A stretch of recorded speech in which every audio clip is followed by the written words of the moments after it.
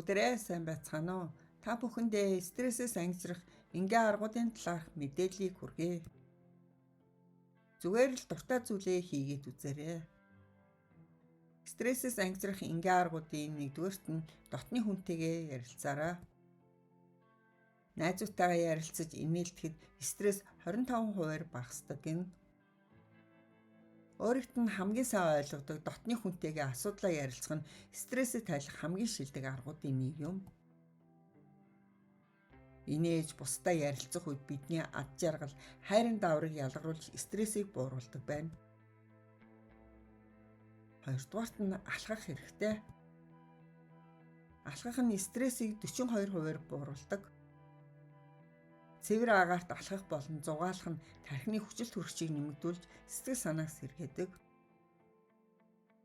Гуравдугаарт нь халуун цай, кофе уух. Халуун цай, кофе уухад стрессийг 54% багасгадаг гэсэн судалгаа бий. Халуун бүлээн уух зүйл нь мэдрэлийн системийг тайвшруулж биед амрах дохио өгдөг байна. Дөрөвдүгээрт нь дасгал хөдөлгөөн хийх. 30 минут дасгал хөдөлгөөн хийхэд стресс 55% багасдаг.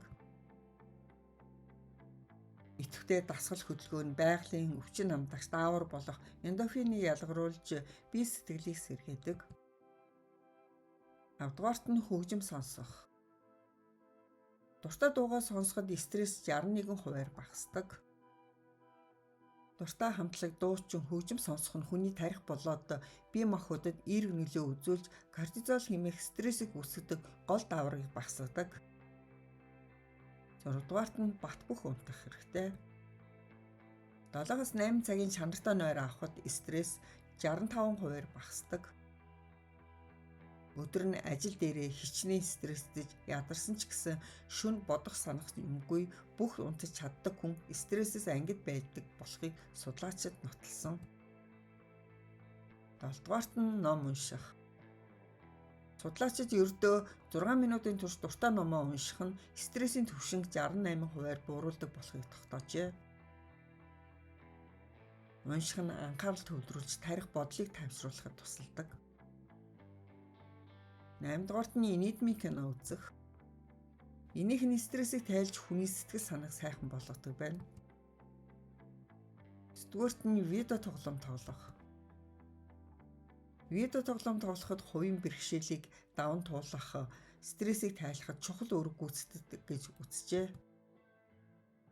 Видео тоглоом тоглоход анхаарал төрч гэсэн өөр зүйл төвлөрч тархинд ад жаргалын даавар ялгаруулах замаар стрессийг багасгадаг байна. Анхааран сонссон та бүхэндээ баярлалаа.